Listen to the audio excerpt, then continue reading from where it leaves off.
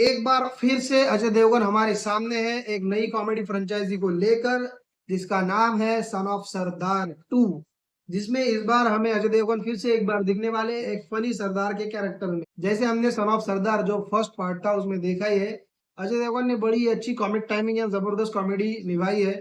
लेकिन क्या अजय देवगन इस बार भी वही चटपटे और फनी से सरदार लग रहे हैं? दोस्तों, सन ऑफ सरदार 2 मूवी रिलीज हो चुकी है, मैंने देख ली है। तो कैसे है ये मूवी? क्या इस मूवी की कॉमेडी काम कर रही है या नहीं कर रही है?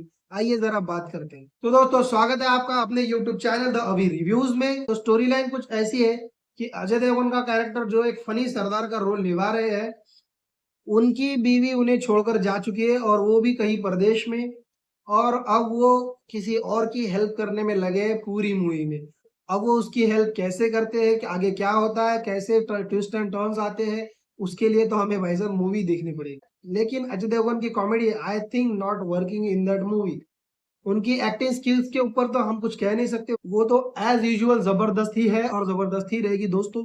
लेकिन आई थिंक यहाँ पर कुछ बातें तो लैक कर गई है, जो इस मूवी को उस लेवल तक नहीं ले जा पाई जिस लेवल पर सन ऑफ सरदार का फर्स्ट पार्ट था। हमें देखने को मिल रहे हैं कुछ एवरेज से जोक्स, जो पूरी तरह से क्रैक करने की कोशिश की जा रही है, लेकिन शायद थिएटर में उसका उस तरह का रिस्पांस नहीं मिल रहा है। मतलब कहने का मतलब यह है कि बड़े ही एवरेज से जोक्स है दोस्तों, हमें हंसने की पूरी कोशिश करनी है, तभी हम हंस पाएंगे। अगर आपको लॉजिकलेस एंड बिना सैर पैर की कोई मूवी देखनी है दोस्तों, it is all up to you, आपको क्या देखना है क्या नहीं। और शायद इसी वजह से सन ऑफ सरदार 2 ने सैयारा से डरकर अपनी रिलीज डेट को आगे बढ़ा लिया था, लेकिन फिर भी उन्हें सरप्राइजिंगली अपने सामने एक डायनासोर देखने को मिल गया, जो कि था महाअवतार नरसिम्हा, और जिसका क्रेज अभी तक चल रहा है दोस्तों। ऑलमोस्ट अभी तक महाअवतार नरसिम्हा के सारे ही शोज हाउसफुल जा रहे हैं दोस्तों।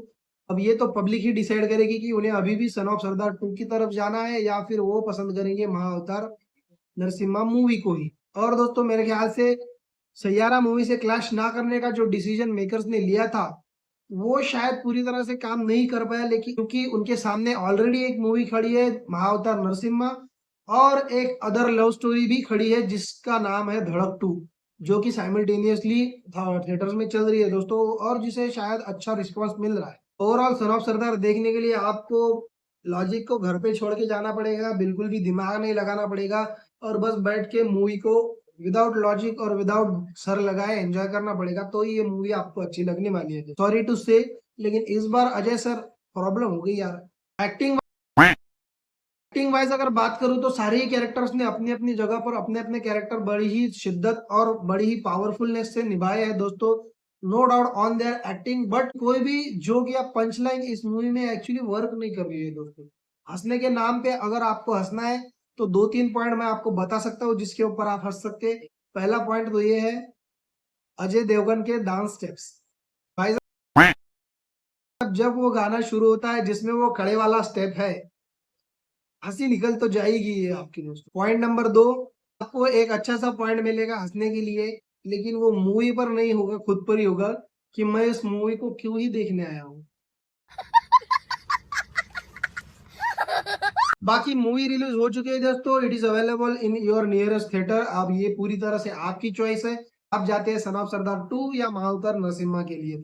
All up to you, this is your decision कि पब्लिक अपना पैसा कहाँ खर्चा करना चाहेगी, एक माइथोलॉजिकल बेस्ड स्पिरिचुअल मूवी पर या फिर एक average comedy franchise movie son of Sardaar 2 पर। तो दोस्तों, जुड़े रहिए फिल्मी दुनिया से। आज के लिए बस इतना ही। Thank you very much.